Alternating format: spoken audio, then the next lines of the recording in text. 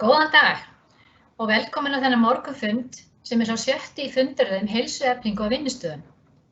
Og þetta hluti af samstarfsverkefni embættis landlæknis, Vinnueftirlitsins og VIRK heilsueflingu og forvarnir á vinnustöðum. Markmið samstarfsins að stuðla að betri heilsu og vellíðan fólks á vinnustöðum, fyrirbyggja kulnun og minnka brottfall af vinnumarkaði. Þetta var svolítið löng byrjun. Ég heiti Ingibjörg Lofsdóttir og ég sviðsstjóri hjá VIRK og verð fundarstjóri hér í dag. Mig langar að byrja á að þakka ykkur fyrir að gefa ykkur tíma til að vera með okkur hérna í dag og kynna ykkur nánar þetta mikilvæga umræðuefni, fjarvinna, staðvinna og ýmislegt sem tengist því. Þetta er það sem svolítið á döfinni í dag. Við erum mörg hver komin í fjarvinnu og höfum verið í fyrra COVID-tímabilinu líka. En auðvitað ekki öll störf þannig vaxin að við getum verið í fjarvinnu. Þannig að þið komum til með að heyra alls konar umræður kringum það. Nú, ég kíkti á tölur hjá Hagstofunni fjarvinnu. Á fyrsta ársfjórðungi þessa árs þá unnu að jafnaði 39% launafólks á Íslandi á aldrinum 25 til 64 ára aðalstarf sitt venjulega eða stundum í fjarvinnu heima. Þetta er 7,3% aukning frá fyrra ári sem kemur kannski ekki á óvart. En áður en við hlýðum á spennandi fyrirlestra dagsins þá langar mig að segja ykkur frá stöðu verkefnisins heilsueflandi vinnustaðar. Að ræða gerð viðmiða sem vinnustaðir munu geta nýtt sér sem stuðning til að skapa heilsueflandi umhverfi og minnka þar með brottfall af vinnumarkaði vegna álagstengdra einkenna. Verkefni byggir á sömu hugmyndafræði og verkefni heilsueflandi samfélag, heilsueflandi leik-, grunn- og framhaldsskóla sem embættið hefur unnið að á síðastliðnum árum og flestir þekkja. Viðmiðin eru í 8 flokkum og við erum þar með flokkað hreyfingu og útiveru, það er flokkur hollt mataræði, það er flokkur umhverfi, það er flokkur áfengi og önnur vímuefni og starfshætti, vellíðan og stjórnunarhætti. Þannig við reynum að fara yfir víðan völl allt sem skiptir máli til þess að fólk geti, vinnustaðir geti hjálpa fólki í að stuðla að heilbrigði bara almennt og vellíðan. Staðan á viðmiðunum núna er svo að þau eru komin í prufukeyrslu hjá stofnunum 3, sem sagt VIRK, Vinnueftirlitinu og embættinu og síðan 10 vinnustöðum sem eru staðsettir út all land af mismunandi starfum og gerðum. Og það hefur aðeins sett strikreikningin COVID hjá okkur. Það búið mjög mikið álag hjá þessum fyrirtækjum eins og bara víða. Þannig að þetta hefur tafist hjá okkur en við vonumst til að við getum sett þessi viðmið í dreifingu á næsta ári. Það er búið að hanna vefsíðu kringum verkefnið sem heitir heilsueflandi.is og er á vegum embættisins og þar geta vinnustaðir skora markmið og sett sér markmið, skora viðmið, en síðan er bara opin núna í tilraunaverkefninu, en hún verður opin síðan meir fyrir þá sem hafa áhuga á verkefninu. En viðmiðin eins og áður segir hugsun sem verkfæri sem við getum nýtt okkur í heilsueflingu á vinnustöðum og þá erum við alltaf að hugsa langhlaup en ekki spretthlaup, enda er heilsuefling í eðli sínu langtímaverkefni. En snúum okkur aftur á umræðuefni dagsins. Fjarvinna, staðvinna, ógnir og tækifæri. Fyrirlesararnir okkar í dag eru þau Hinrik Sigurður Jóhannesson og Árelía Eydís Guðmundsdóttir og þau munu leiða okkur í allan sannleikann þetta málefni sem sjaldan verið eins ofarlega á baugi og akkúrat núna. Áður en ég býð Hinrik velkominn, þá langar mig að minnast á að við vonumst til að hafa tíma fyrir nokkrar spurningar í lokin þegar þau hafa bæði lokið sínum fyrirlestrum og við biðjum ykkur þá vinsamlegast að skrá spurningarnar inn í spjallþráðinn sem þið ættu að sjá á skjánum ykkar hægra megin. Og við reynum að fylgjast með og taka nokkrar spurningar í lokin eftir í hvað við höfum mikinn tíma. En nú langar mig að bjóða velkominn Hinrik Sigurður Jóhannesson, en hann er mannauðsstjóri hjá Advania. Titill hans erindis er Fjarvinnan og framtíðin, lífið í miðju stormsins. Gjörðu svo vel, Hinrik. Takk hérlega fyrir. Og eins og hún segir, Hinrik Sigurður heiti ég og hjá Advania. Byrja að þakka fyrir tækifæri til að vera með ykkur í dag og vonast til þess að það verði eitthvað gagn og gaman af. En eins og sagði þá ætlum við að tala aðeins fjarvinnu hjá Advania. En eins og lög gerir ráð fyrir þá maður kannski segja aðeins frá Advania fyrst.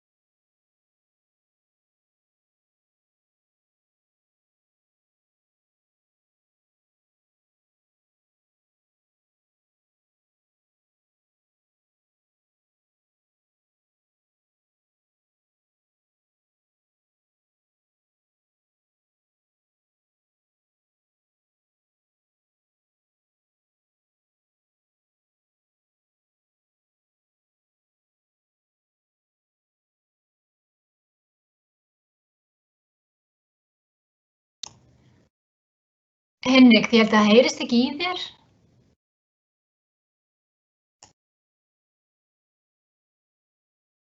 Ég er svo búin að hafa svona mikið fyrir að unmjúta, það hefur mjútast aftur. Heyrðu, þá byrja ég bara aftur. Það var skemmtilegt.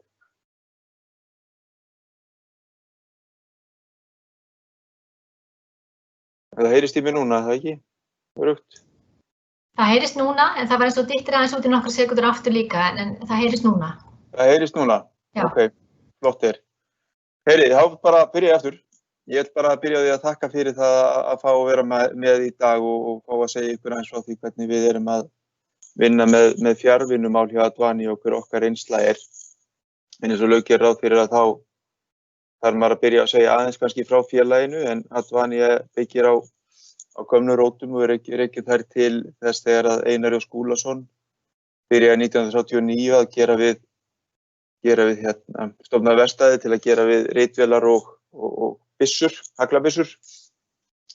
En síðan í rauninni erum við byggð á grunni sem var til upp úr 2000 og rekur síðan alveg til 2020 þegar við keyptum síðast lítið félag í Danmörku sem heitir Competerra. Þannig að þetta er svona saga sameininga sem hafa gengið ágætlega, og í dag þá erum við eina félagið sem er með starfsstöðvar á öllum Norðurlöndunum og það er eiginlega bara því að við erum eina félagið sem er bara með starfsstöðvar á Íslandi líka, sko, en það er svo annar hlutur.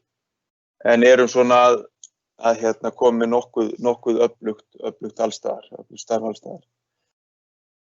Þannig að, já, við skiptum þjónustubóðun okkar upp í nokkra svona megin flokka, það er að segja það er hýsing og rekstur, það er infrastruktúr og samþættingar, og síðan er það þessar professional services eða annar stuðningur við upplýsingatækni fyrirtækja.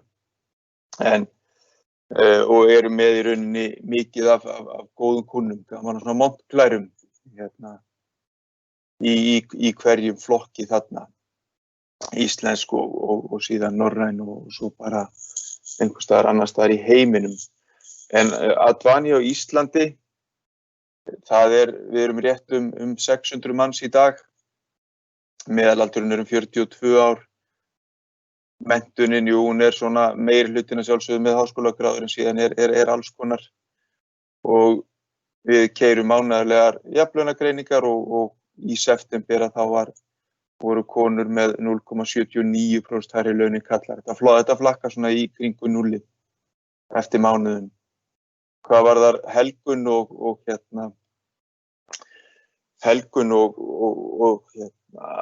loyalty, bara munum hvað það er einhvern seinna, þá hefur það verið stöður í uppleið frá því að Advani var stofnaður í 2012 og það er komin ný mæling og það reis aftur í ár þrátt fyrir þær aðstæður sem við erum að finna okkur í.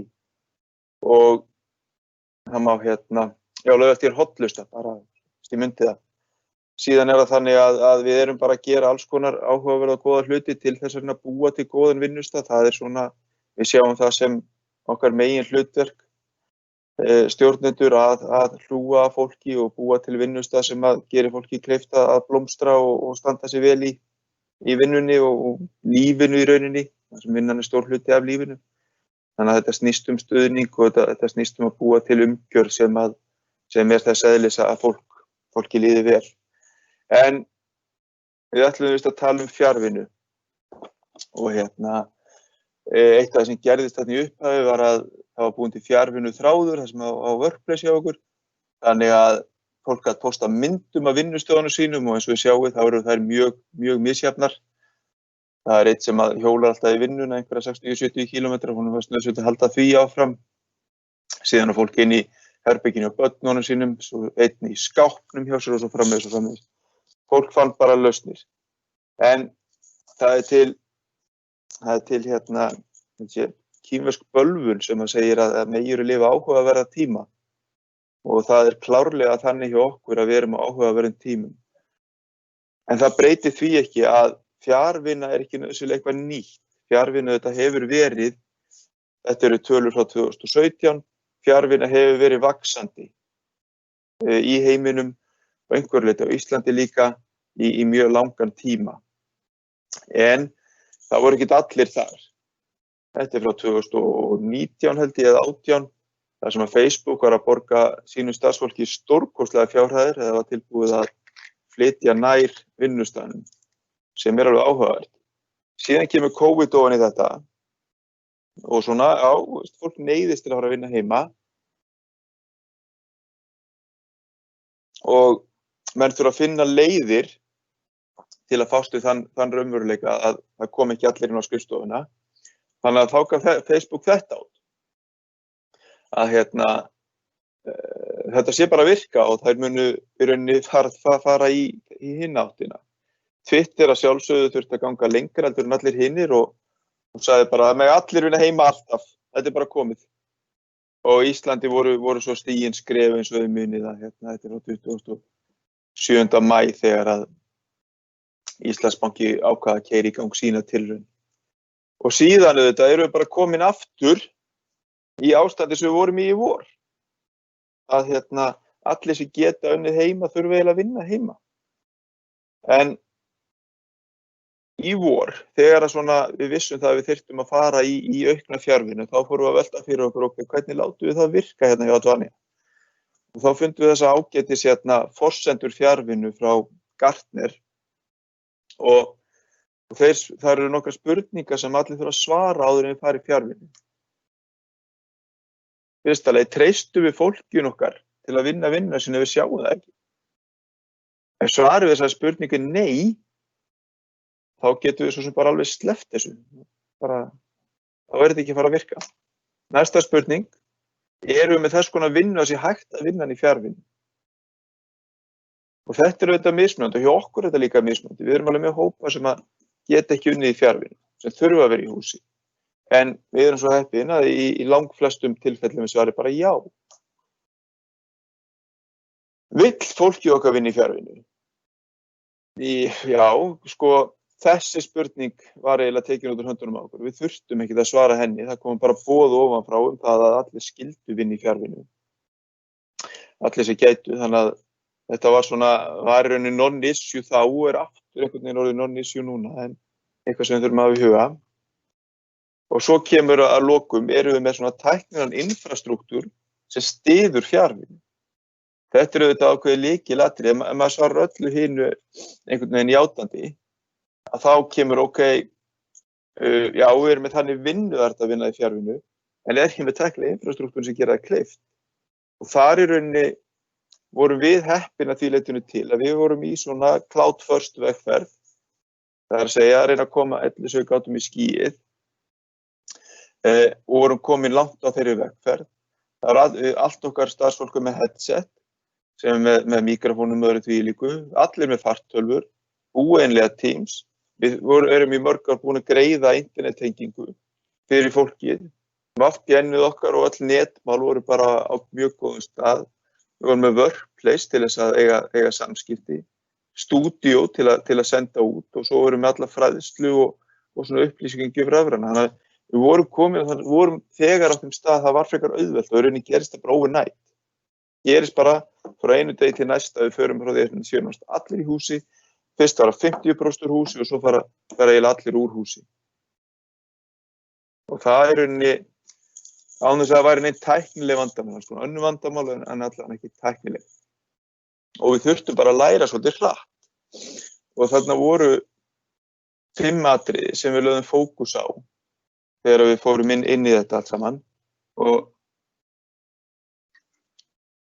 fannst okkur einhvern veginn þurfa að svara og fylla inn í meðan á þessu stóð. Fyrst var bara stjórnum. Hvernig stjórnar maður í fjarvinnu? Maður eru þetta bara vanur að hafa fólkið á gólfinu og geta bara tekið spjallið og einhvern veginn svona haft á tilfinningunni hvernig hlutir að ganga. Hvernig gera maður sér ekki fólk? Það sem við gerðum var að við byggum til bara leiðbeiningar fyrir okkar stjórnendur. Fóru svona yfir helstu atriði, fundum okkur alls konar góðan litteratúr og annað þvílíkt og byggum bara til lista það sem fólk þurfti að hafa í huga, búa til ramma fyrir fólki sitt, vera fyrirmynd, sinna upp síðan gjöfinni og annað fyrir. Þetta bara gáum út og sendum okkar stjórnendur og báðum á vinsamlegast að lesa og hafa í huga. Bendir sérstaklega á þarna punktinum einstaklingsmun, það að segja fólki okkar mismunandi eins og í öllum félögum og það þarf einhvern veginn að hafa það í huga í samskiptunum. Suma það maður að klukka mikið, aðra það maður að klukka lítið, sumum líður bara rosa vel að vera í fjarvinnu, aðrir eru kannski meira inni sig og líður illa með það. Við erum að hafa þetta í huga þegar við erum að tala við fólkið okkar. Í miðri fyrri törninni þá sendum við út könnuna á fólki, það er svona seinni hlutan af henni, svona aðtöku hvernig gengi bara og þar var spurt til dæmis, ég á í góðum samskiptum með næsta yfirmann þrátt fyrir fjarvinnu og þar voru í rauninni 94% sammála og mjög sammála. Einhver önnur 5% voru bara hvorki né og svo einhverjir ósammála. Þannig að heilt yfir getum við sagt að þetta gengi bara mjög vel. Að okkar stjórnendur hafa svona stigið upp og virkilega tekið til sín verkefnið og leyst það. Síðan er þetta bara að vinna. Hvernig vinnur maður í fjarvinnu? Hvernig setur maður upp starfsstöðuna? Hvernig passar maður að halda dampi? Og það var svona sama, við fórum og veltum þess aðeins fyrir okkur og síðan skrifum við leiðbeiningar til fólks okkar, bara hvað þarf að hafa í huga. Og það eru hlutir eins og bara búðu til rútínu, hafðu vinnutíma og annað því. Vegna þess að auðvitað er það þannig að maður fer að hugsa þetta og skoðar þetta, lesir aðeins til að þá er þetta alltaf einhvern veginn sömu punktarnir. En það er ekkert víst að það geri það allir. Það er svona mikilvægt að hafa upplýsingar, búa til leiðbeiningar, reyna að koma þeim út til fólks. Til þess að einhvern veginn reyna að tryggja að fái allir sömu góðu upplýsingarnar sem að hjálpa þeim að takast á við þennan raunveruleika. Og aftur þá hentum við út könnun, hvernig gengur að vinna heima, 21%, fyrirkomulagi henta mér og ég sakna einskis, ég var ákveðið frábært, takk. En það er bara mjög gott, síðan 62% er bara já frábært en ég sakna þess að mæta vinnustæðar reglulega. Og svo eru þarna einhver 8-10% sem þetta hentar bara hreinlega ekki. Og það er svona trend sem við sjáum í seinni könnunum líka. Það er ákveðin hópur sem bara er ekki að fíla þetta. Af einhverjum ástæðum. Við veitum svo ekki hverja þær eru. Við höfum hugmyndir það en ekki á hverjum og einum kannski. Svo er það samskipti. Hvernig sinnir maður þeim, þú veist, meiri, minni, öðruvísi. Það því að við erum að taka út öll þessu óformlegu samskipti sem er stað á vinnustæðinu við kaffivélina, þú labbar yfir á borðinu hjá einhverjum og tekur eitthvað spjall. Þú heyrir einhver að tala eitthvað og gengur inn í það samtal. Það er verið að taka það allt út. Þannig spurningin, ok, hvað setjum við í staðinn? Eitt af því sem að við einhvern veginn, eitt af því sem að við lögðum áherslu á við stjórnennar var að þeim myndi búa til ramma í kringu samskiptin og sínu fólki. Flest allir fóru þá leið að vera bara í Teams og búa til kannski 10, 20, 30 mínútna daglegt klukk, sumir 2 á dag, sumir 2 í viku, fólk svona fann sinn takt, en þannig að taka teymið saman og búa til einhver samskipti. Síðan menn farnir núna að búa til kaffistofufræði á Teams þar sem bara eitt þráður sem bara þannig að þið leiðist eitthvað eða langar til að klukka eitthvað, þá farið þar inn og skrifar eitthvað, kemur kannski einhver og talar við því það eitthvað annað heldur vinnuna, bara svona daginn og veginn. Og svona ýmsa leiðir sem fólk er að fara og við vorum með auðvitað námsefni í Elumi það hvernig maður á að vinna í Teams, það var búið að það til og lærðum að setja bakgrunna og svona einhverjar athugasemdir úr könnunni sem við settum inn hana og þarna eru nokkrar athugasemdir samskipti sem hafa bara gengið vel og einhver er að upplifa minni sóun á tíma, sem eru bara betra sambandi við hana því að það er tíðara og reglulegra, þannig að það var almennt séð að virka bara mjög vel. Upplýsingagjöf frá félaginu til starfsmanna, það er eitthvað sem við þurftum að hafa í huga og þar fórum við bara þá leiðina að meira væri betra en minna. Og í rauninni nýttum Workplace gríðarlega vel þar og vorum bara með alveg stöðuga pósta það hvað var í gangi, hvernig okkar aðgerðir væru, hverja nýju reglurnar inn í húsi væru, svo við munið það breyttist bara reglulega hvað margir máttu vera og hver fjalla átt að vera og annað þvílíkt.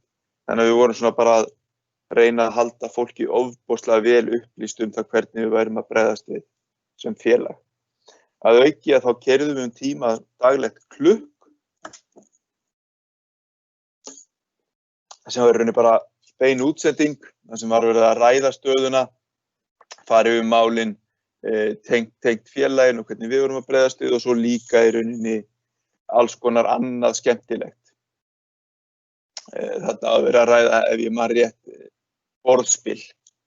Síðan bara, þarna sjáum við þetta klukkið þáttur númer 21, matur og upplifun víðsvegar landið. Þannig að það var ýmislegt gert til að hafa þetta skemmtilegt. En auðvitað var mesta áhorfið svo sem alltaf á það þegar við vorum með starfsmannafundi. Aftur við spurðum þetta í könnunni og spurðum fólk að taka afstöðu til þessara staðhæfingar. Upplýsingagjöfin að Dvani hefur góð síðan aðgerðin á COVID-19 hófust og ég vel upplýstur gang og mála. Og það eru 60% tæp mjög sammála og önnur 37% sammála. Ég hef gert margar kannanir upplýsingagjöf gegnum tíðina en aldrei nokkuð tíman hef ég séð svona góða niðurstöðu. Og síðan þetta skiptir að máli fyrir alla að framleiðni haldist uppi að hún einhvern veginn falli bara ekki niður úr öllu. Það er að segja að fólk sé actually að ná að vinna vinnuna svona heima. Þetta snýst ekki með fólk sé að svíkjast undan eða eitthvað en það sé actually að ná að vinna og skila sínu. Hérna erum við með einhverja mælikvarða þetta svona sem að var tekið saman. Þarna þetta snýstur rekstur tölvukerfa, það er annars vegar með þessum köllum incident eins og þessum köllum requests, fjöldar sem eru búin til og fjöldar sem eru leystur. Við sjáum að það er engin breyting þar á, það er bara, eru þær beiðnir sem eru búinir til að þær eru bara listar. Hérna eru svo þjónustumálin í Business Central eða í svona þessum bókhaldskerfum okkar og það er það sama, það er bara verið að leysa þau mál sem koma inn. En það minnkar ekkert framleiðni þar. Þjónustuborðið, þetta eru mælikvarðar á svörun og fjölda símtala á hana þvílíkt og það virkaði bara. Þannig að hafa aftur, allt þjónustuborðið fór bara heim og fólk satt þar með fartöldu sínu og headsetinu og þetta bara virkaði. Og að því við komum með allt í skýið að þá gátu þau líka bara verið að beina símtölum út allt félagið þannig að því þess að þurfti. Ásamt því að svara beinum. En spurningin er ok, hvað með gæði vinnuna. Þetta var allt saman klárað og allt það, en hvað með gæði? Þar eru með eina mælingu sem skiptir okkur öllum málum sem bara þjónustuskorið okkar og það fór alls ekki niður og frekar bara upp á við. Svona í þessu ástandi öllu saman. Þannig að það var bara þarna rétt í kringum 4,9 þrátt fyrir að allir væru bara heima hjá sér. Þannig að heilt yfir gekk þetta bara vel í vor, en þetta var samt ákveðið auðvelt, sjáðu.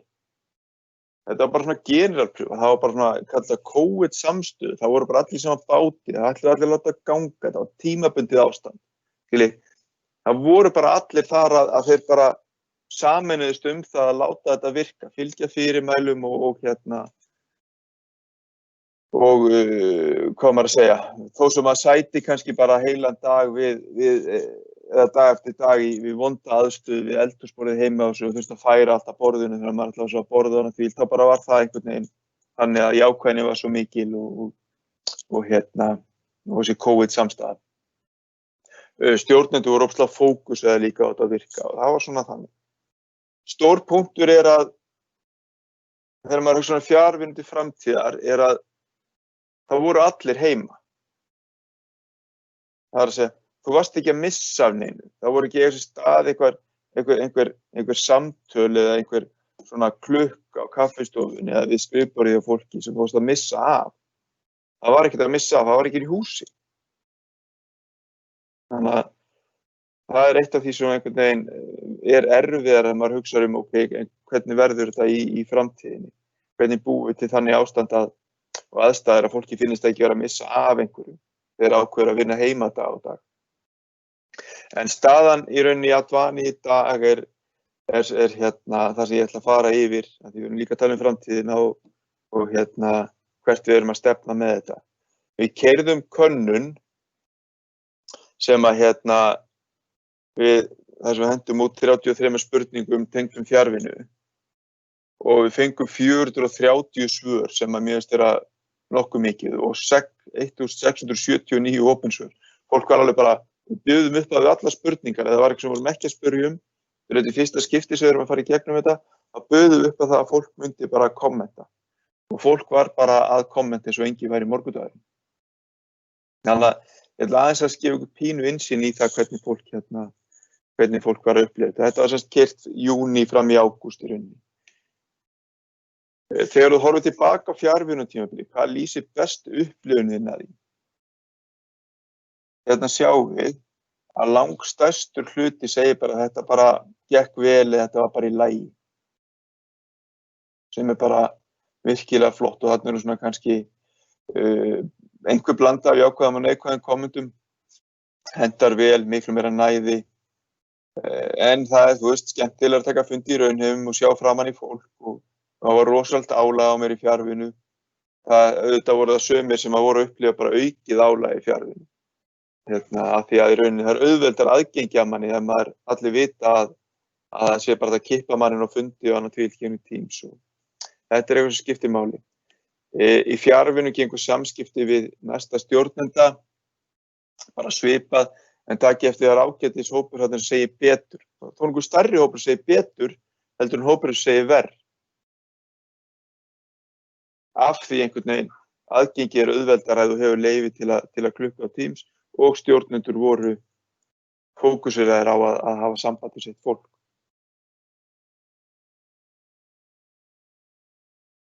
Og þar sem að fólk var að stilla þessum daglegu fundum, þessum daglega klukki, að þá var fólk að upplifa að samskiptin væri meiri heldur en í COVID, heldur en fyrir COVID. Gengur vel ekki eins persónuleg, ef mig gefur sér betri tíma. Þannig að þetta er svona, já, þetta eru almennt bara jákvæðar niðurstöður. Síðan spurðum við hvert og eftirfarandi atriðum fyrst að lýsa kostum fjarvinnu. Þar máttu velja fleiri en eitt. Og þar sjáum við að fólk var að upplifa þetta væri umhverfisvænt, þetta væri fjölskylduvænt, þetta var að spara fólki tíma og annað því. Það var bara alls konar kostir sem fólk var að upplifa.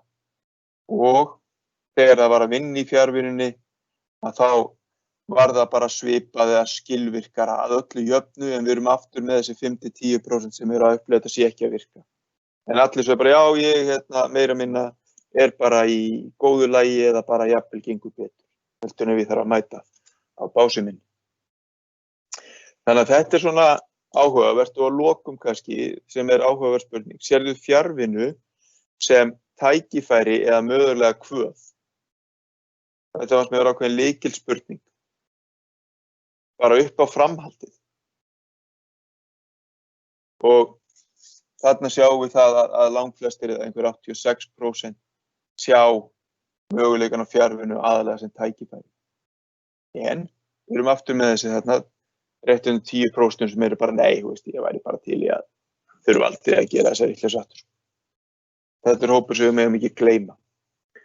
Það sem við gerðum síðan í framhaldinu til að undirbúa okkur fyrir einhvers konar framhald og gerum það bara í júlí eitthvað svoleiðis og hefur reynst gríðarlega vel, sérstaklega núna þegar við duttum aftur í mjög stífa fjarvinnu, var að við fjárfestum í alvöru fjarvinnubúnaði.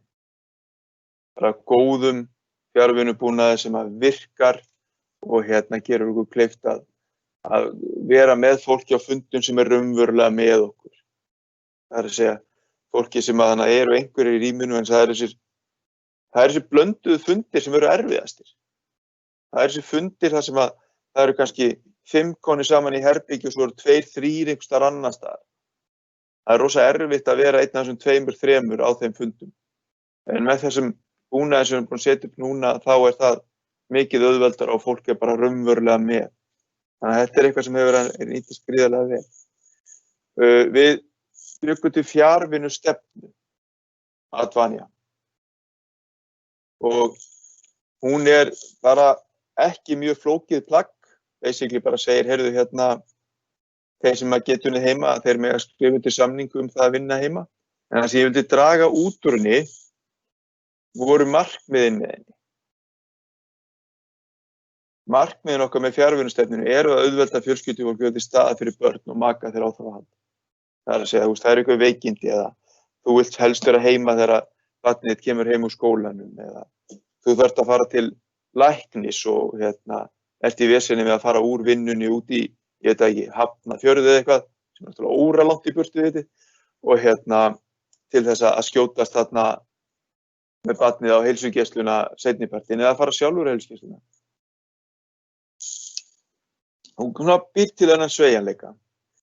Svo þetta bara dragur áhrifum starfsemi Advania á umhverfið vegna þess að þetta er stórkostlegur hluti af umhverfisspori félagsins og okkar.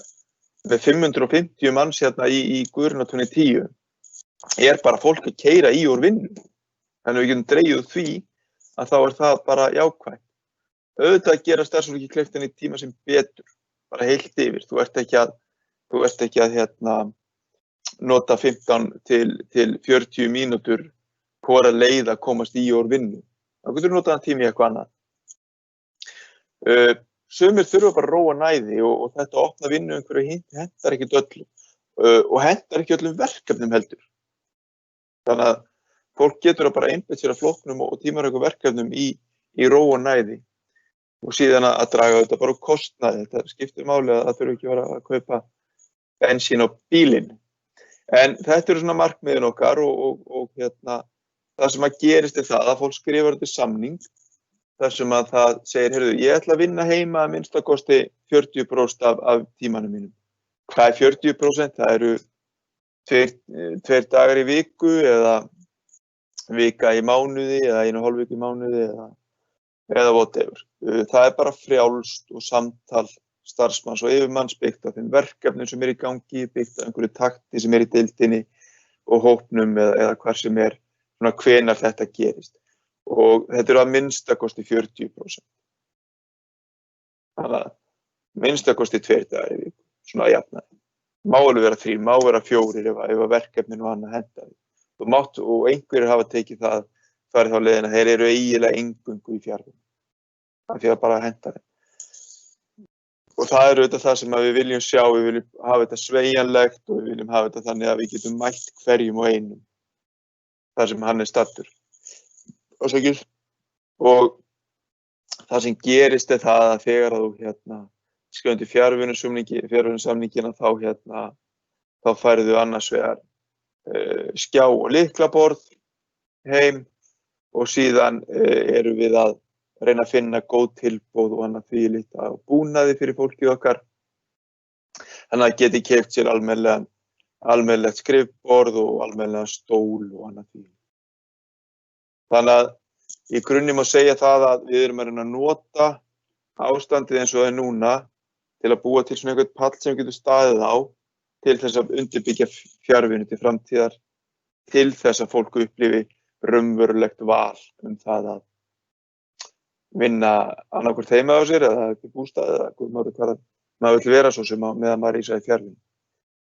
Nú ég veit ekki hvort ég er búin að segja, það hafa tæplega 100 mann skrifað undir fjarvinnusamning hjá okkur núna og það eru mjög margir sem einhvern veginn að velta í fyrir sér hvernig þeir vilja hafa þetta og hvort þeir vilja skrifa undir. En mín von og trú er svo að við getum svona í seinni part vetra verið komið allan að helmingina félaginu í raunverulega fjarvinnu með öllum þeim ábata sem því fylgir. Og við svona getum leyst þær áskoranir sem fylgja í svona jafnóðum og þegar það koma upp. Og kannski fær maður bara eitt ykkur aftur ári og segja ykkur hvernig við gengið. En ég allavega búinn með mitt innlegg og vil bara þakka kærlega fyrir hlustunina Það vona allavega að ég hafi verið að hlusta og sendi boltan aftur tilbaka. Kæra þakkir Hinrik, þetta var mjög áhugavert, gaman að heyra hvernig þið eru að gera þetta hjá Advania og áhugavert líka að heyra svona hvernig almennt virðist fólk vera meirihlutin ánægðir með fjarvinnu þó kannski við viljum ekki öll vera föst heima eins og margir eru núna. En áhugavert að heyra samt að það alltaf einhver lítill hópur, eins og 10% eða hvað það er sem er ekki eins, finnst þetta ekki eins gott fyrirkomulega og það verður auðvitað að taka til þessa hóps líka. En einmitt áhugavert að fylgjast bara með í heiminum öllum í dag, hvernig ætlar fólk að taka þetta áfram þegar við komumst út úr þessum COVID-aðgerðum sem eru núna að minnka og aukast og allt þar á milli. En og svo náttúrulega erum við bara í misjafnri stöðu, bara persónulega líka. Ég náttúrulega í fjarvinnu núna að mestu leyti og ég býð þannig að fjölskyldulífi hjá mér að hluta til í fjarvinnu líka og búið að vera árum saman, þar sem að dætur mín að búa bara erlendis. Þannig að nú ég svona komin bæði fjölskyldulega séð og vinnulega séð alltaf í tölvunni, en það bjargaði kannski að ég á raunverulegan eiginmann sem að holda blóði í húsinu hjá mér. En já, þetta bara áhugaverðar pælingar. En þá komið að Árelíu Eydísi Guðmundsdóttur, en hún dósent við Viðskiptadeild Háskóla Íslands og rithöfundur. Titill hennar erindis COVID-19 hefur ýtt stjórnendum út í breytingar, afleiðingar og lærdómur. Vertu velkomin, Árelía. Góðan daginn, góðan og blessaðan daginn og gaman að sjá ykkur. Nú sé ég ekki almennilega hvort að skjárinn minn komin til ykkar, þannig að fyrsta spurning mín til ykkar sem að þarna eru fyrir utan hvort að þið sjáu glærurnar mínar. Við sjáum glærurnar, en þú þarf sennilega að setja þær í svona sýningarham. Akkúrat, þannig að ég ætla að byrja á því að setja glærurnar í sýningarham og þá bara þegar það komið þá bara hefjum við reglum. Þannig að það ágætis tækifæri núna til þess að bara fá sér kaffi eða vatnssopa og svo höldum við áfram bara og verðum svakalega skipulögð. Þá þetta komið hjá mér og ég vonandi þessi komið hjá ykkur. Já, þannig að Frábært, gott að heyra. Ég bara takk Hinrik fyrir mjög áhugavert innlegg og ég verð að segja að það alveg með ólíkindum hvað stjórnendur og fyrirtæki eða skipulagsheildir almennt séð, bæði á Íslandi og annars staðar, hafa verið fljótar að bregðast við. Fyrir 30 árum og þá var ég í tíma hjá honum Þorbirni Broddasyni félagsfræðingi sem að sagði við okkur, það mjög stutt þangað til að fólk verður heima hjá sér að vinna. Okkur fannst þetta fáránlegt. Ég vil minna á það að við vorum ekki fann að nota tölvupósta, við vorum ekki komin með internetið, en hann sagði að það mun öll þjónusta færast þannig á heimilið. Og Þorbjörn Broddason sá þarna í sínum spábolla það sem að framtíðarfræðingar hafa verið að segja töluvert langan tíma. Við erum í rauninni búin að sjá á þessu herrans ári sem að hugsanlega við mörg hlökkum til að sprengja upp. Það ekki nóg með það að við höfum fengið COVID, heldur höfum við líka fengið jarðskjálfta, snjóflóð. Við erum eiginlega búin að fá flest það sem að við sem að svona getur farið illa með sálina í okkur hér á Íslandi, en þó svona sæmilegt veður. En við stöndum frammi fyrir breyttri heimssýn. Á sama tíma má segja í rauninni að það þó svo að við höfum núna svona látið þetta koma okkur í opna skjöldu, þá það annað líka sem að þeir sem að spá í framtíðinni hafa lengi spáð. Við höfum í rauninni verið að bíða eftir því að það komi stór faraldur sem að við þurfum að bregðast við með þeim hætti sem við höfum gert. Það sem merkilegt í rauninni að við erum að sjá COVID á sama tíma og við erum að loka landamærum, hver og ein þjóð hefur verið hugsað sinn hag og sína þegna, að þá erum við líka að sjá að við getum í rauninni ekki loka landamærum gagnvart heiminum. Það að segja að viðbrögð okkar hafa áhrif á alla aðra og að við munum ekki ná utan faraldurinn nema sem ein heimsbyggð. Og það það sem bæði áhugavert og erfitt verkefni. En Hinrik talaði það að það væri kýmir að tölu það að lifa áhugaverð tíma og ég kenni framtíðar vinnumarkað hér í Háskólanum Íslands í viðskiptafræðideildinni og sérstakur áhugamaður svona framtíðarfræði og fyrir einhverjum þegar ég byrjaði að kenna þennan kúrs fyrir sjálfsagt svona 8 árum þá sagði ég að vorum við að tala hvernig framtíðar vinnumarkað myndi líta út og eitt af því sem að við þá töluðum var það að það væri mikilvægt að gera sér grein fyrir því að við værum öll komin með tækifæri til þess að vinna hvar sem væri. Og við vorum svona að velta þessu fyrir okkur þá, þeir sem að sátu þennan kúrs, var sem sagt myndi maður vilja vera í fjarnámi frekar heldur en að mæta, myndi maður vilja horfa á tónleika í staðinn fyrir að mæta á tónleika og okkar svar var oftast já, nei. Það sem að við sjáum núna í rauninni á þessu ári það að þetta hefur verið ákveðin hraðall á allt það sem að við kannski höfum að einhverju leyti séð fyrir. Að því leyti til að flestallir eða mjög margir, og eiginlega, þegar ég segi flestallir, allir stjórnendur hafa þurft að bregðast við mjög hratt. Og fjarvinna, það sem hægt að vera með hana, hefur verið hluti af því. En á sama tíma þá hefur líka verið, má segja, í bæði fyrirtækjum, flestum fyrirtækjum og stofnunum, þá hefur verið stofnaðar neyðarstjórnir þar sem að ákveðnir stjórnendur sem eru ábyrgir fyrir því að setja upp og við kannski setja á landsvísu með núna nýlega litakóðun á því hversu hættulegt ástandið Þannig að flest öll fyrirtæki og stofnanir hafa þurft að setja upp sóttvarnarhólf vegna þess að við erum með eitthvað hluta af okkar starfsemi sem að fólk þarf hugsanlega að mæta í og það hefur misjafnt hvernig fólk hefur brugðist við því. Og það má segja, ég hef nú gjarnan þennan vin minnan Peter Drucker sem að var 95 ára gamall og svona helsti gúrúinn í leiðtogafræðunum og mikill uppáhaldsmaður minn, hann lést 2007 en sem sagt var upphaflega frá Vín. Það sem var merkilegt við Peter Drucker var fyrst og fremst það að hann sá svolítið inn í framtíðina. Hann hafði í sér að hann var sá fyrsti sem skrifaði og kom upp með hugtakið þekkingarstarfsmenn. Hann var sá sem að skrifaði mikið þær breytingar sem við stöndum frammi fyrir og var svona undan sinni samtíð með mjög margt. Og hér afsakja ég með þetta á ensku.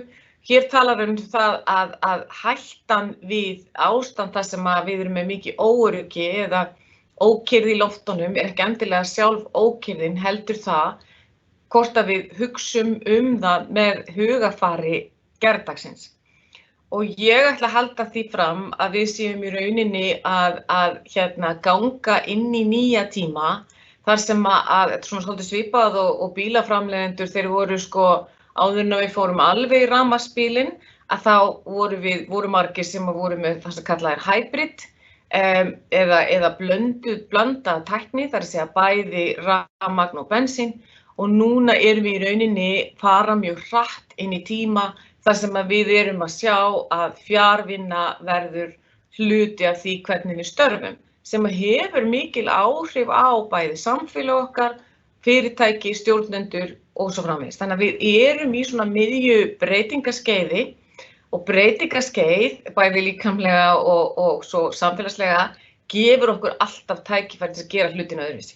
Og þeir sem hafa kannski náð vel utan þetta, og mér varst gaman að sjá dæmið frá Advania, það eru þeir sem hafa hugsanlega sest niður áður en að tiltók og hugsa, hvernig get ég gert þetta öðruvísi? Hvað það sem að krefst annarra nálgunar? Nú við sjáum náttúrulega áhrifin eru mjög mikil á lítil fyrirtæki. Ég þarf svo sem ekki að fara yfir það að það mjög erfitt fyrir lítil fyrirtæki eins og veitingahús, eins og nuddara, eins og þeir sem eru sjálfstætt starfandi. Það eitt af því sem að hefur verið hvað erfiðast og við höfum séð náttúrulega, þetta hefur ríkið og hið opinbera reynt að koma til móts við þessi fyrirtæki. En við sjáum það svokölluð fiðrilda áhrif eru oft mæld í hagkerfinu út frá því hvernig veitingahúsum, af því veitingahús það sem oft eru þau fyrirtæki sem að birtast og geta horfið hratt og við höfum séð það viðbrögðin hjá þeim eru kannski svolítið dæmigert fyrir þá sem að hafa svona lifað það er að hugsa á öðrum nótum og hver voru mjög fljót að fara út í það að senda heim og svo framvegis að bæta eða gera þjónustuna öðruvísi og þá kemur þessu lykilatriði sem skiptir gríðarlega miklu máli alveg sama hvort að við erum stór stofnun eða lítið fyrirtæki, það þetta samtali við viðskiptavinina. Við erum í rauninni eitt að vera stjórnandi og þurfa að eiga samtalið við sína starfsmenn sem ég kem nánar að hér á eftir, en það samtalið við viðskiptavinina, hvernig viðskiptavinurinn að upplifa þjónustuna sem að ég held að hver einasti stjórnandi þeir ábyrgðaraðilar sem eru ábyrgir fyrir starfsemi þurfi virkilega að huga vel að hvernig get ég bætt þjónustuna. Nú við hér í háskólanum, við höfum talað það í einhver ár, sérstaklega í minni deild, viðskiptafræðideild, að við myndum gjarnan vilja að svona þjónusta þá sem að eru vilja verið í fjarnámi, en allt í einu varð allt mögulegt varðandi það sem áður hafði ekki verið mögulegt. Og hvað það þá sem skiptir máli? Jú, það skiptir verulega miklu máli að við fáum mikinn stuðning, við höfum fengið þjálfun og svo framvegis til þess að geta byrjað að kenna og þá náttúrulega tæknin mikilvæg. En það einn hópur sem ég hef mikinn áhuga á og hef verið að skrifa svolítið og kynna mér, það svokallaðir giggarar. Við vitum í rauninni að það sem að skiptir mestu, það sem að að koma á vinnumarkaði, alveg svo við vissum að fjarvinna yrði algengari, þá vitum við það að við erum að horfa framan í breyttan vinnumarkað, þar sem og eins og undanfarið að þá fólk ekki verið að missa vinnuna og það þýðir það að við getum í rauninni, við horfum ekki á vinnumarkað með þeim hætti eins og við gerðum áður. Ég talaði fyrir 30 árum þar sem að við erum með svona 3 laga vinnumarkað og fólk kom inn, fór í menntaði sig, fór í vinnuna og fekk svo starfsloka, fekk gullúrið í lokin og svo framvegis. Núna hörum við meira á vinnumarkaðinni eins og Völundarhús og mjög margir hafa verið bæði sérfræðingar, hafa verið að taka að sér tímabundin verkefni. Þetta auðveldast að hugsa þetta út frá núna tónlistarfólki sem að allt í einu getur ekki haldið viðburði eða fólk sem starfar í leikhúsum sem getur ekki sett upp sýningar og svo framvegis.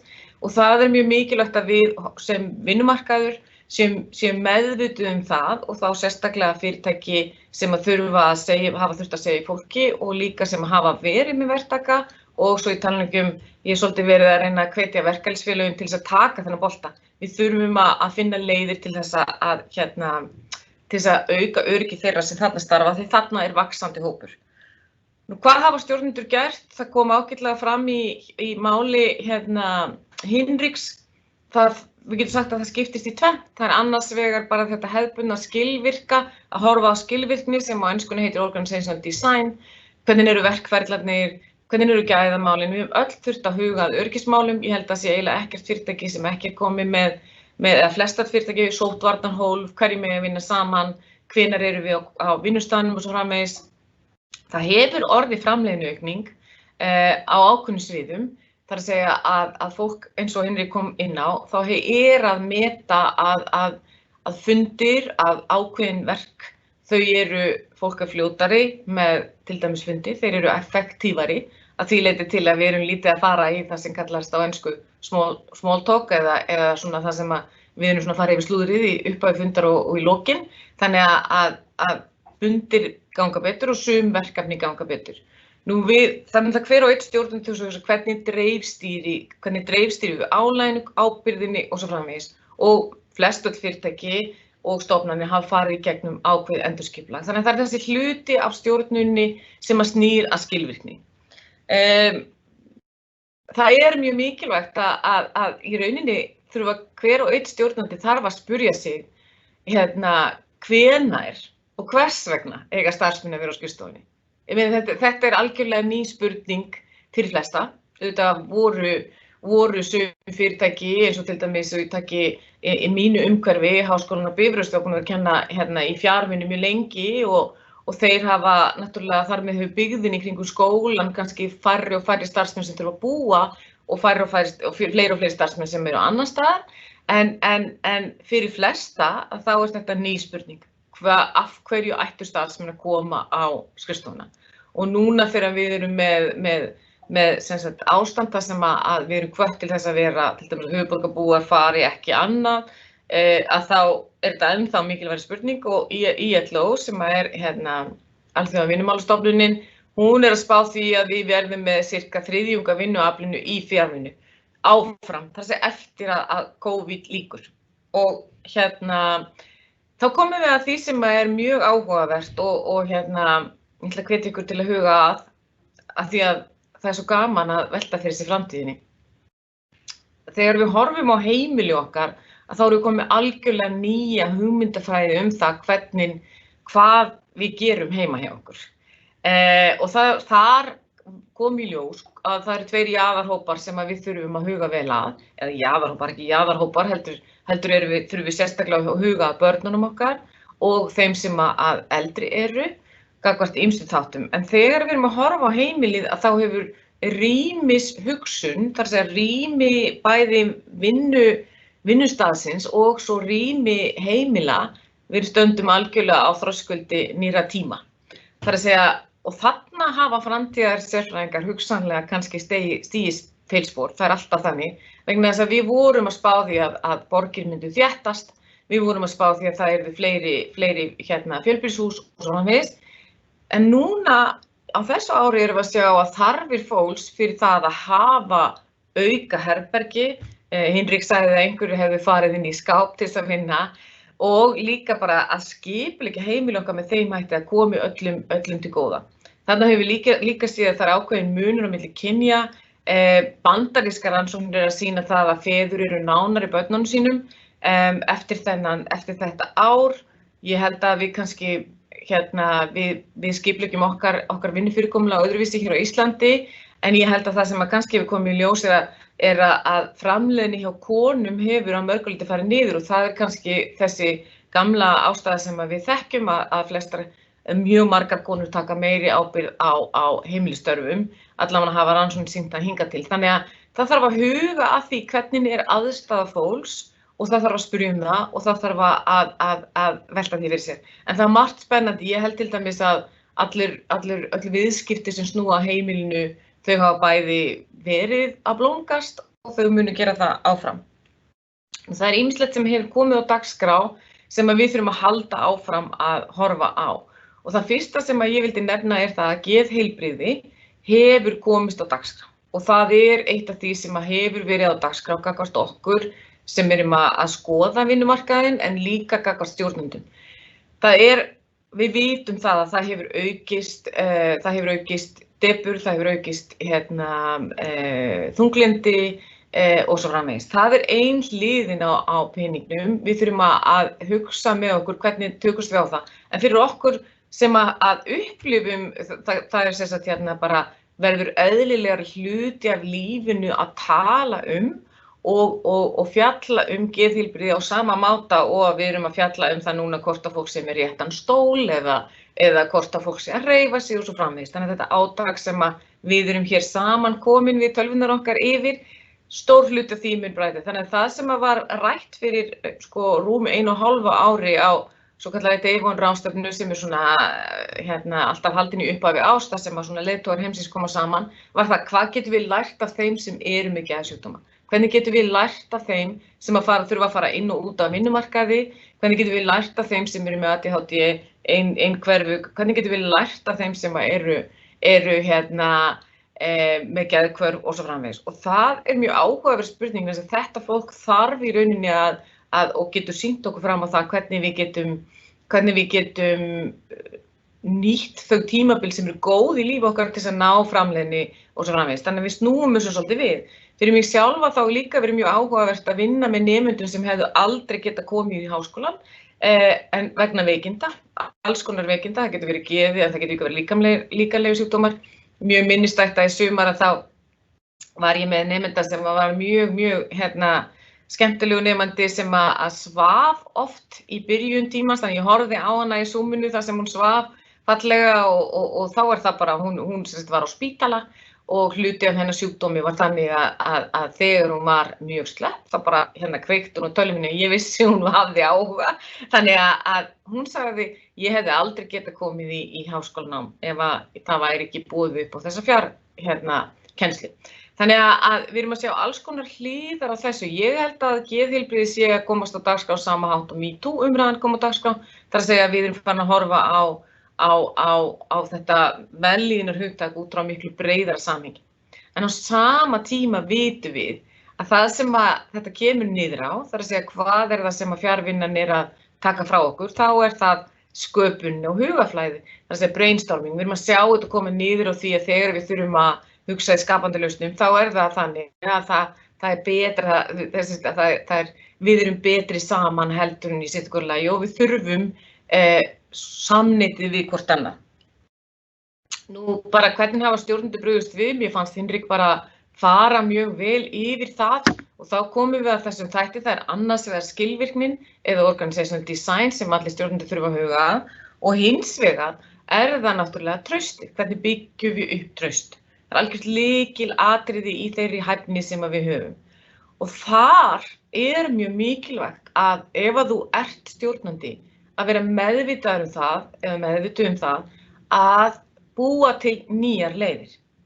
Við höfum, til dæmis hefur traust COVID sjúklinga, þeir sem hafa verið veikst af COVID, að fólk hefur á Íslandi upplifað mikið traust til heilbrigðiskerfisins og ein leiðin sem Landspítalinn nýtti sér var það að nota bara gömlu símana. Það segja, þegar ég segi gömlu símana, að þá erum við að tala það að það voru hjúkrunarfræðingar eða eru hjúkrunarfræðingar sem að fylgjast mjög vel með og hringja á hverjum degi eða eins og Hinrik, hann orðaði það klukka, þeir hringja á hverjum einasta degi og fara yfir það hvernig þú ert stödd og hvernig þér líður og til þess að athuga hvernig sjúkdómsferlið Og þessi tilfinning, það einhver að hugsa mig, það einhver sem að ber velferð mína fyrir brjósti, gríðarlega mikilvægt. Þannig ég treysti því að í mínu veikindaferli þá verði hugsað mig.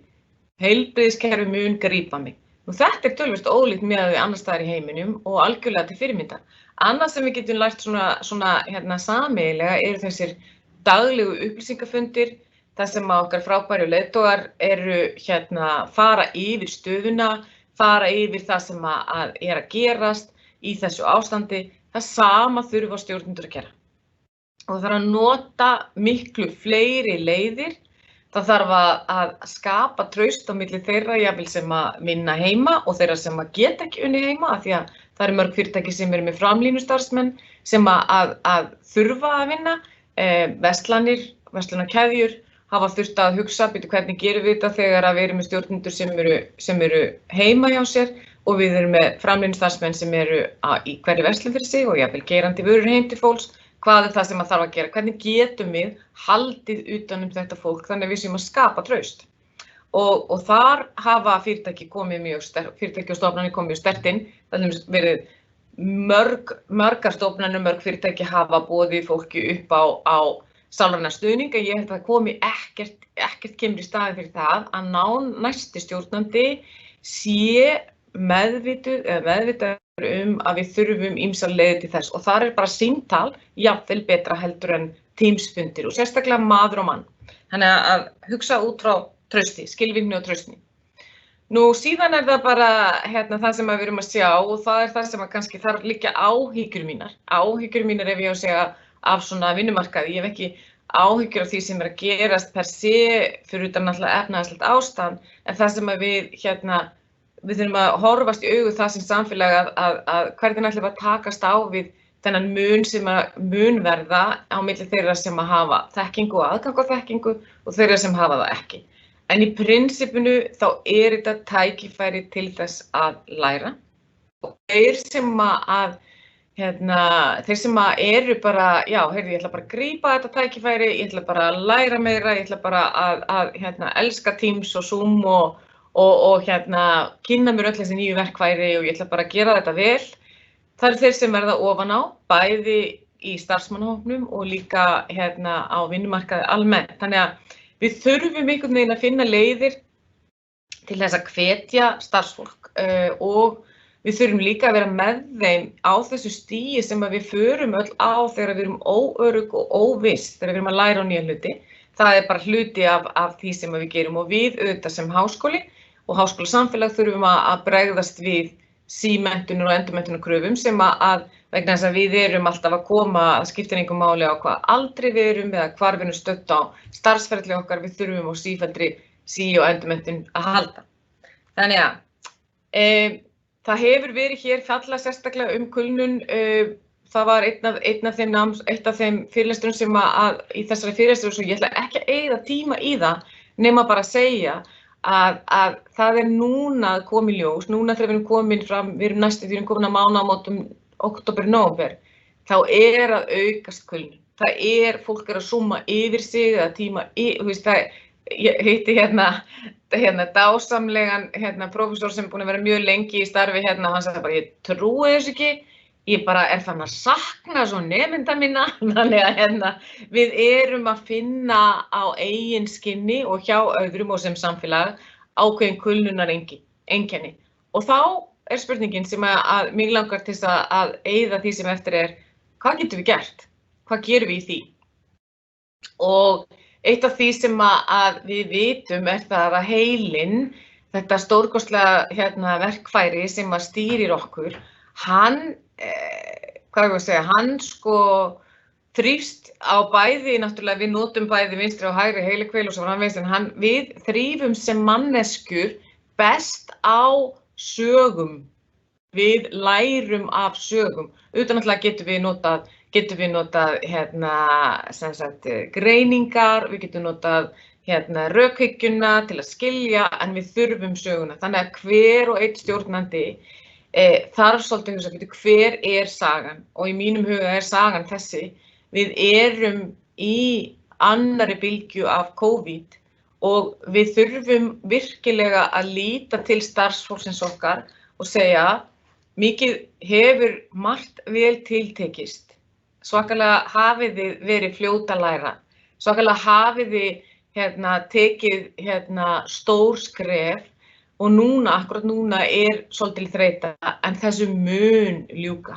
Og það besta á ennþá eftir að gerast þegar við förum að geta í rauninni notið þess þeirra þekkingar sem við höfum verið að afla okkur og við förum að geta lifa lífinu með öðrum hætti og það ýmislegt í því sem að hvert og eitt fyrirtæki þarf að finna fyrir sig. Ég meina, ég tilheyri náttúrulega Háskóla Íslands og við til dæmis erum að sjá að vísindastörf hafa gengið vel, við erum að skora hátt á alþjóðlegum listum og við þurfum að halda því að okkar fólki, við þurfum að finna hver sagan í hverju einasta stofnun, hverju einasta fyrirtæki þarf að hugsa hver sagan. Við munum það að saga hetjunar, það búið að taka í sundur allar, ég meni þið takið svona 70% af Hollywoodmyndum og 70% af öllum ævintýrum og trúarbrögðum þau ganga út og það að við förum í gegnum erfiðleika og við komum sterkari út. Þannig að það mjög mikilvægt að hver og einn stjórnandi sé tilbúin til þess að búa til traust og sögu vegna þess að við þurfum á því að halda. Af því hvað framundan? Það sem framundan þetta. Það sem framundan jólin og við þurfum og hvert fyrirtæki þarf að hugsa, hvaða hefðir höfum við venjulega verið með, hvernig getum við breytt þeim, vegna þess að þetta svona svolítið hápunkturinn á árinu, sérstaklega í þessu á Íslandi, við erum mikið fjölskyldufólk, margir hverjir eru halda vel utan hefðirnar, þarna erum við að nota heimili okkar til hins ítrasta, það mesti kuldin og það mesta myrkrið, en það rosalega mikilvægt að hver og einn stjórnandi að það komin ákveðin þreyta, við þurfum að hugsa hvernig getum við haldið utan um fólk, hvernig getum við aukið traust, hvernig getum við gefið fólki þá tilfinningu að fara inn í aðvenduna, svona ekki þannig að sálin sé ennþá nokkuð sterk. En á sama tíma að gera okkur grein fyrir því að þetta líka mjög viðkvæmur tími fyrir þá sem að glíma við erfiðleika. Fólk sem hefur hugsanlega mist einhvern, fólk sem á erfiða, það ekki allir sem að upplifa jólin sem jákvæðan hlut. En við vitum einfaldlega það að þar tilfinningarnar mjög sterkar og við þurfum þar af leiðandi að horfa á þetta út frá því hvernig getum við haldið utanum fólkið okkar. Vegna þess að það besta ennþá eftir að koma og það mun skila sér á næsta ári, fá við einhverju leyti uppskjöruna að því að hafa farið í gegnum þennan hraðal. Ég núna að verða búin með, ef ég ekki bara búin með tímann, þannig að ég bara þakka ykkur kærlega fyrir að að hafa hlustað og ef það eru spurningar þá bara tekið þeim fagnandi. Takk fyrir mig. Kæra þakkir Árelía. Þú ert alveg á fínum tíma. Þannig að ef þú vilt bæta einhverju við, þá hefur þú tíma til þess. Í sjálfu sér ekki bara. Í sjálfu sér held ég bara að það sé mjög mikilvægt að við séum að eiga þetta samtal og ég held að það sé mjög mikilvægt að við séum líka að styrkja stjórnendur. Það er náttúrulega svona svolítið mitt fag. Ég hef ákveðna ágjörð af því að stjórnendur fá ekki næga þjálfun, þau fá ekki næga stuðning vegna þess að það er þannig að næsti stjórnandi er alltaf mikilvægasti þáttakandi í keðjunni á vinnustað. Þannig að ef það er eitthvað sem ég myndi vilja leggja áherslu á, þá er það að við þurfum að nýta tímann og styrkja stjórnendur okkar til að takast á við það sem er núna í gangi og það sem framundan er. Annars bara held ég að ég ljúki máli mínu. Kæra þakkir. Það er mjög áhugaverður fyrirlestur. Og mér svo áhugavert líka með þessi traustumræða. Það er oft talað að traustið er svolítið eins og loftið sem við öndum að okkur. Að við erum ekkert að hugsa það dagsdaglega, við bara, það er bara þarna. Og það er eins með traustið er oft sagt að þegar það er til staðar þá tökum við kannski ekki eftir því, en ef það er ekki til staðar þá tökum við sannarlega eftir því. Þannig að það er mjög áhugavert. Já, það má segja, skilurðu, að besta dæmi það er hvernig var að ferðast fyrir það sem kallaði 9/11 eða þegar tvíburaturnarnir fóru niður, að þá vorum við klukkutíma að fara í gegnum, fara út á flugvöll og fara í gegnum flugvöllinn og fara upp í flugvöll og svo framvegis. Núna erum við 34 tíma, og það hefur ekki í rauninni farið tilbaka. Þannig að það er gríðarlega mikilvægt að gera sig grein fyrir því að traust er líklega sá gjaldmiðill í mannlegum samskiptum sem skiptir mestu máli og er viðkvæmastur. Leið og traust er farið þá tekur það mjög langan tíma að byggja upp, en við gerum bara ráð fyrir því meðan það er hana. Akkurat, það er mitt máli. Þeir sem eru að hlusta hafa verið duglega að setja inn spurningar, þannig að ég held að við bara vindum okkur kannski í þær. Og ég var að hugsa að taka kannski saman í eina spurningu þessar fyrstu 2 og þá er það kannski beint til þín, Hinrik. Það er spurt sem sagt, eru sömu reglur fyrir stjórnendur hjá ykkur? Það geta þau valið að vinna alfarið í fjarvinnu og eins er spurt líka, er fjarvinnubúnaðurinn eitthvað launatengdur? Þau til ég að svara þessu kannski? Já, það eru sömu reglur stjórnendur og starfsmenn. Þeir geta valið að vinna alfarið í fjarvinnu. Þeir reikna ekki með því nauðsynlega, þeir muni vera alfarið í fjarvinnu. Nokkur stjórnendur eru náttúrulega í fjarvinnu núna og eftir að við máttum snúa aftur í hús þá var það nokkuð algengt að fólk kaus að vera dag og dag heima. Ganga nákvæmlega sömu hlutir yfir þá eins og aðra. Það getur verið gott fyrir þá að vera heima dag og dag út af börnum. Það getur verið gott fyrir þá að fá tíma til að einbeita sér að verkefnum, jafnvel mikilvægar oft á tíðum og annað því. Er fjarvinnubúnaðurinn launatengdur? Nei, hann er ekki launatengdur. Þannig að þetta er bara, þú skrifur undir hann samning og þú færð bara þennan búnað, alveg svo annan búnað, alveg svo skjárinn á borðinu er ekki launatengdur. Þá er þetta bara hluta pakkanum. Akkurat. Kannski tökum við bara aðra spurningu fyrir þig, Hinrik. Það er spurt hvernig sé staðið að þjálfun nýliða þegar fjarvinna er meginreglan hjá fyrirtækinu sem stendur. Hafið þið verið að fá nýliðin á tímabilum og hvernig hefur það gengið? Já, við höfum verið að fá nýliðin og það hefur gengið bara upp og ofan held ég. Þetta er eina stóru áskorunum, hvernig tekur inn nýjan aðila í fjarvinnu og og það fer eftir verkefnum og svo að setja fólk inn í, það fer eftir því hvort að sé að vinna sér hluta teymi eða hvort það sem er sjálfstæð verkefni. Það fer það er háð alls konar hlutum, alls konar praktíska atriði sem þarf að komast yfir. Ég get ekki dæmi, ég að taka inn nýjan starfsmann með mér núna og þar stiltu við bara upp svona schedule eða einhvern svona áætlun þar sem að hún fékk þjálfun í gegnum Teams með ákveðnum aðila á ákveðnum tíma. Svo var hún í einhverju sjálfsnámi og svo var aftur þjálfun í gegnum Teams. Síðan komuður og hittust í húsi þá bara en heldur eðlilegri fjarlægð, dagspartí fyrradag. Þannig að fólk bara finnur einhverja leiðir til að komast í gegnum þetta miðað við þá þjálfun sem þarf að eiga sér stað hverju sinni. En þetta er virkilega stór áskorun. Já, takk fyrir það. Ég sem að hoppa aðeins hérna á milli og koma með spurningu til þín, Árelía, og getum kannski svona aðeins sett þessar tvær spurningar hérna saman. Framkoma ekki sér álita stefna í fjarvinnu ef þú treystir ekki starfsfólkinu þínu til þess að vinna þegar þú sér ekki til. Og viðbót á það ekki bara við almennt. Ef þú treystir ekki starfsfólki ætti það sennilegast ekki að vera starfsfólkið þitt. Hvað segir þú, Árelía, finnst þetta? Það náttúrulega, þetta flóknara umhverfi til þess að byggja upp traust. Hvernig byggjum var upp traust þegar maður sér ekki fólk. Þannig að það í rauninni, á enskunni talað að það sem við munum mæla output. Það að segja ef ég nota enska orðið output eða það sem við í rauninni þurfum að finna góð frammistöðumatskerfi, og ég held að það sem við munum öll vera, við sem erum að vinna í sambandi við stjórnun og leiðtogafræðin, við munum öll vera að reyna að finna hvernig getum við þróað gott frammistöðumat sem að mælir og Hinrik náttúrulega sýndi okkur fram á hvernig þeir hafa verið að gera þetta og ég held að hver og ein stofnun og fyrirtæki. Það þannig að sumir hverjir, þetta fyrir svolítið eftir hvernig karakter við erum, sumir hverjir eru koma fram af trausti og hafa gert það og stundum segi ég það góður stjórnunir, þeim hefur gengið mjög vel áfram og það kannski þeir sem eiga auðvelt með að byggja upp mannleg samskipti, eiga auðvelt með að ná trausti, þeir fara inn í þetta ástand og þeir halda áfram að operera í trausti. Það að segja fólki þau eru búin að vinna sér inn. Það hinir kannski sem eiga ekki eins auðvelt með það af einhverjum ástæðum og það ekki vegna þess að fólk sé slæmt eða stjórnendur getur verið slæmt, heldur einfaldlega erum við misjafnlega hæf í mannlegum samskiptum.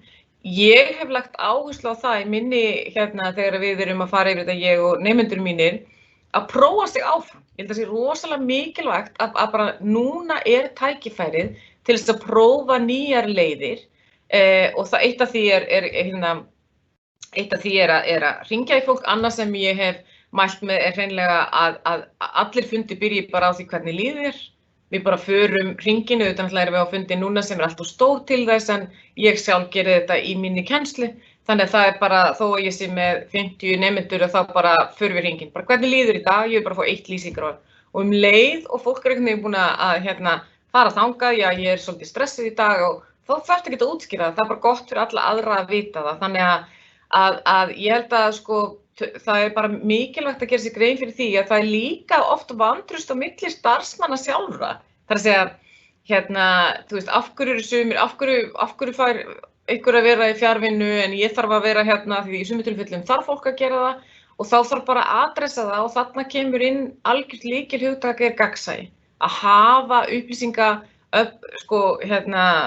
skipulagið í kringum upplýsingagjöf þannig að fólk skilja þessi á sem bestan máta og skilvirkasta hátt sé skilningur fólks því það bara upplýsingar í sem flestu formi. Auðvitað náttúrulega stjórnandi sem með 300 getur ekki hringt í alla 300, það bara algjörlega líkur fyrir. En sem sagt að búa til eitthvað kerfi sem heldur utanum fólk og svona þannig að við séum ekki að missa það niður. Það það sem við þurfum bara við þurfum að hugsa fleiri leiðir og við höfum tæknina og við höfum líka bara mismunandi leiðir. Mörg fyrirtæki sem að ég þekki til á Íslandi hafa verið til dæmis að reyna með einhverjum hætti að koma til móts við fólks þar sem að það þegar að sérstakir álagspunktar koma upp og það hefur verið gert eitthvað skemmtilegt eins og þú veist að búa til eins og Hinrik talaði áðan einhverja kaffistundi eða bjóða fólki auka bónusa sem að felast í því kannski að hvetja það með einum öðrum hætti til þess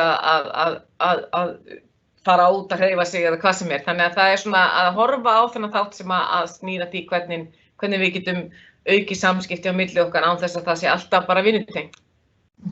Já, takk fyrir þetta. Ég ætla að því við höfum ágætis tíma, þá langar maður að skjóta aðeins inn smá spurningu til Hinriks í tengslu við þetta. Hinrik, telur þú að fyrirtæki eins og þið hjá Advania sem eru mikið að vinna með útselda vinnu, þar sem fólk kannski skráir klukkustundir á eitthvað verkefni, telur þú að það sé auðveldara fyrir þá vinnustaði að treysta fólki í fjarvinnu heldur en aðra, þar sem ekki þannig fyrirkomulag?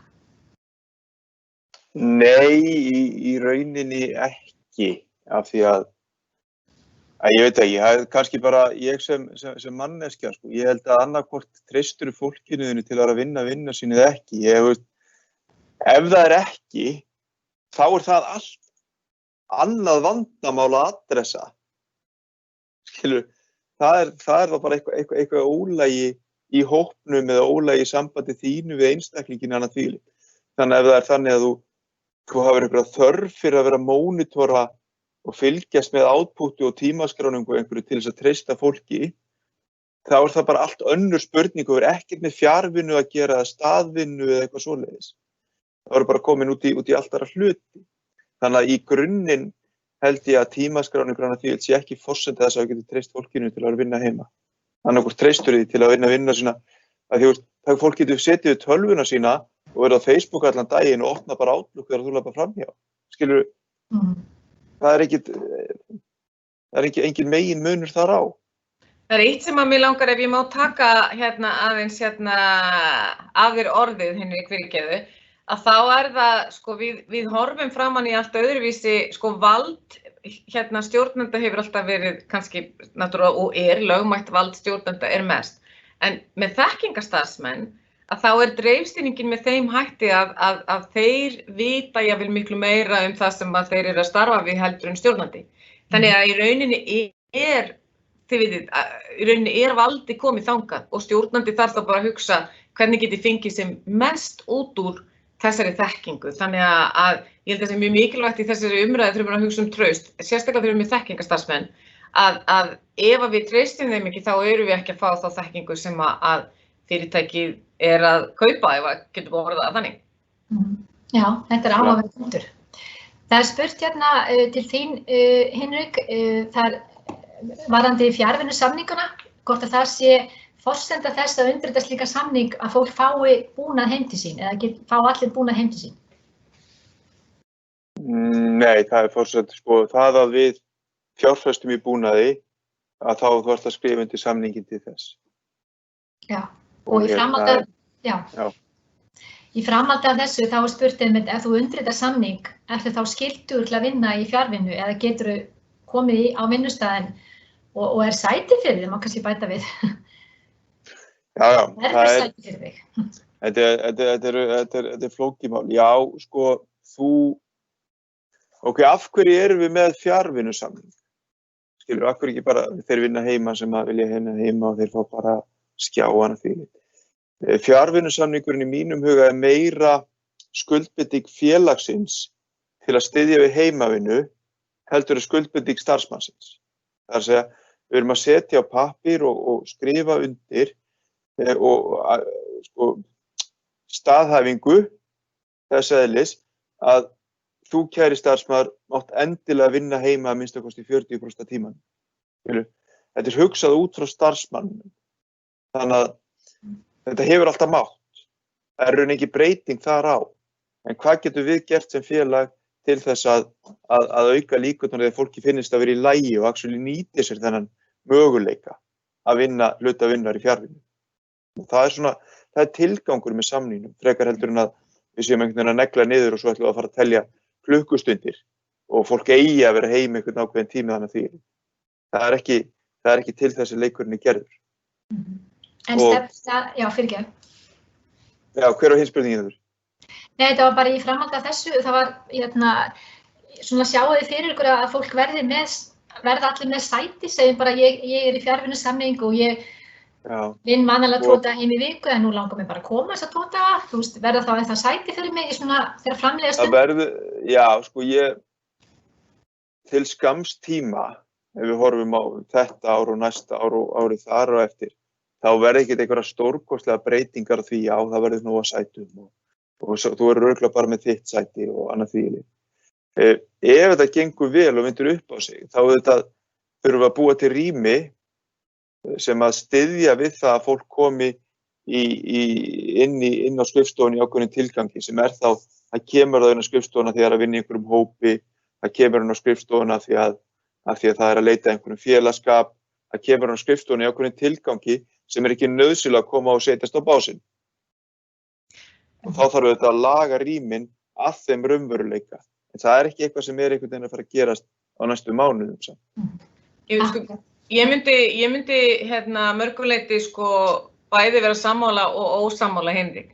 Það hefur verið þróun sem að fór af stað, undanfarin ár þar sem að fyrirtæki eru í auknum mæli að fara inn í verkefnastýrð umhverfi þar sem að þau eru bara, þá ertu bara, þú ert ekki með eitthvað ákveðið skrifborð heldur, ertu bara, þú átt svo sem vinnustað.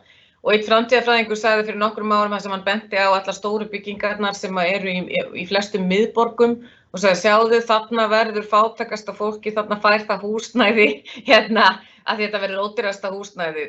Ég er ekki alveg komin þangað, en það sem við erum að sjá er það að rými og hvernig við umgöngumst rými, það er algjörlega að breytast. Og ég held að þessi faraldur muni að því leyti til sitja í okkur að fyrirtæki muni verða miklu meðvitari það hvernig við hólfum rými niður, við munum og þegar við erum að tala fjarvinnu þá erum við að tala það að fólk hafi frekar kannski bara skápa, svona svipað og þegar þú gengur inn í skóla eins og þú ferð inn í skóla og þá ert hver og einn með svona lítinn skáp þar sem að þú getur sett það sem að þú ert að vinna við og svo ertu bara að vinna einhvers staðar í rýminu þegar þú kemur í vinnuna.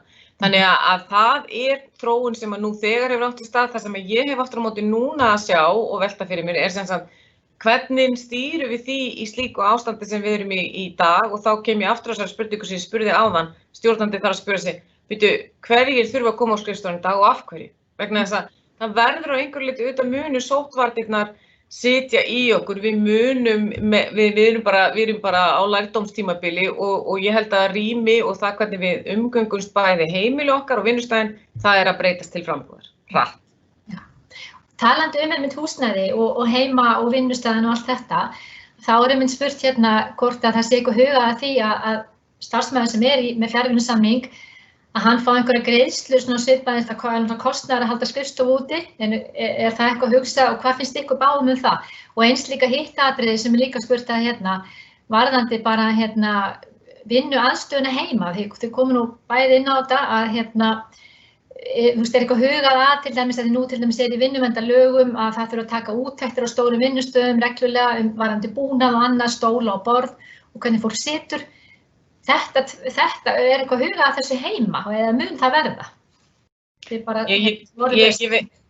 Bara svo ég byrji, ég veit af mörgum vinnustöðum sem að hreinlega þessi fólk bara verið að taka stólana sína heim og sömu stjórnendur bregðast við með því að segja, og þetta má ekki og svo framvegis. Ég held að flest allir stjórnendur sýna því skilning að fólk þarf að koma sér upp ykkur ákveðinni vinnuaðstöðu. En þá vil ég benda á aðra þróun, Hér er við að tala svona vinnuveitenda samband, þar sem að ég er hjá ákveðinu vinnuveitenda og ég horfi á, ég held að ef við förum aðeins svona 10 ár fram í tíman, þá erum við fleiri og fleiri farin að vinna kannski fyrir marga og þar af leiðandi berum við inn í þeim kostnaði sem að við erum að sérfræðikostnaði sem að ef ég veiti ráðgjöf eða eitthvað álíka, þá kostnaður sem snýr að vinnu aðstöðu.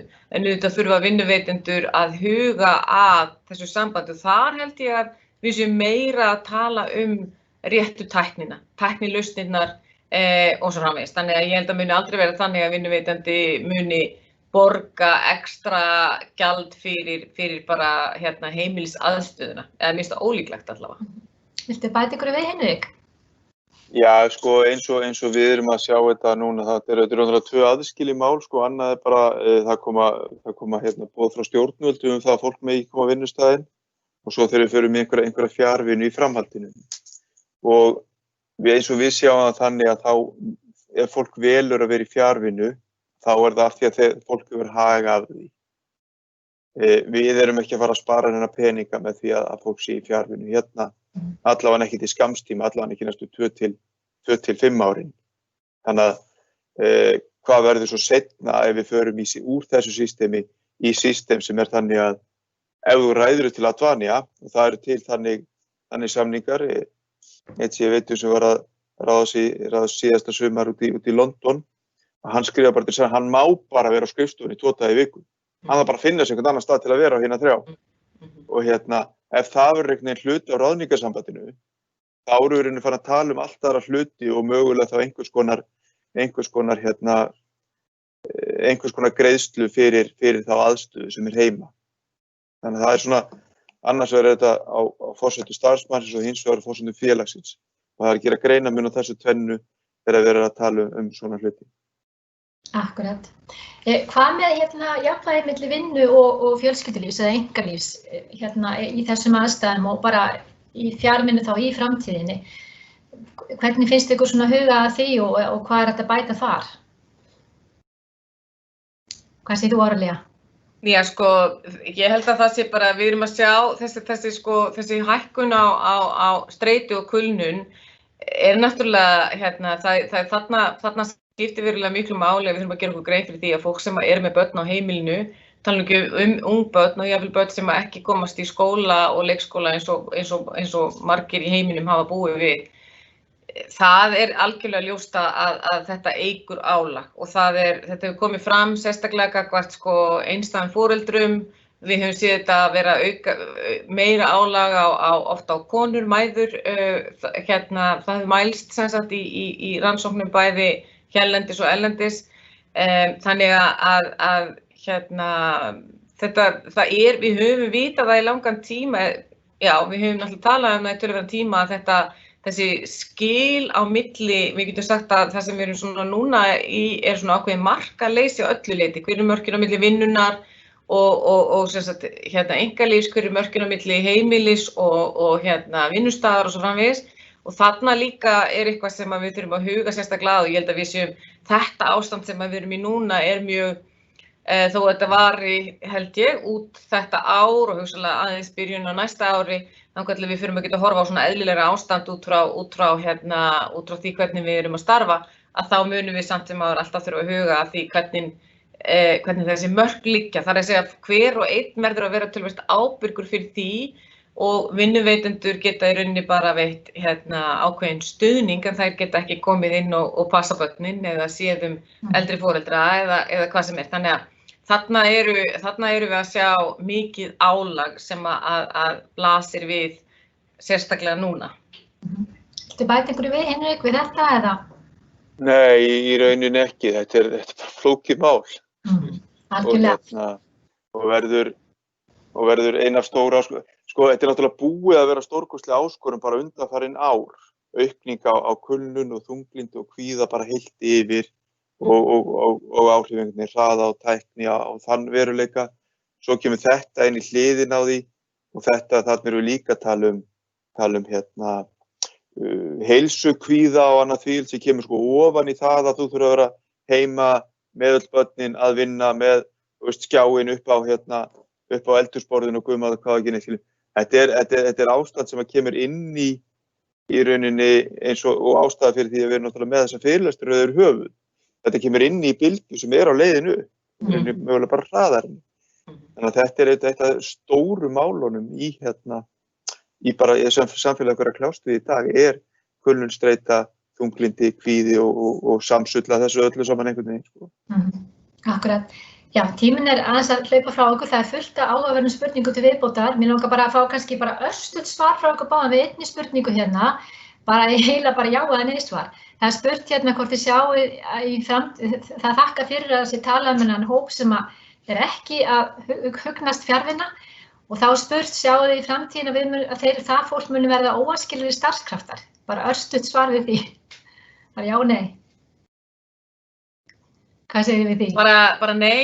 Nei. Það ég segi bara eins og áðan að við fórum í gegnum svona hybrid bíla og við munum blanda þessu saman. Það er tvennt sem skiptir rosalega miklu máli, sköpunarkraftur og nýsköpun, við þurfum á því að halda hittast. Þannig að það verður ekki þannig að fólk muni eingöngu vera heima hjá sér að vinna.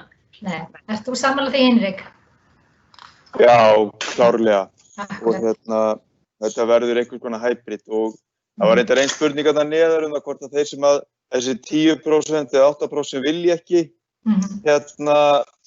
fjarvinnu, hvort þau verið óæskilegir starfskraftar, já, nú erum við með að sjá það einhvern veginn gerast. Nei. Fínt að enda á því.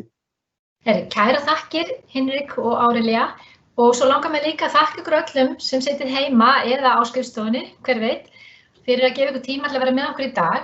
Og áður en segja mér svo alveg lokið, þá langar mig að minna á næsta morgunfund.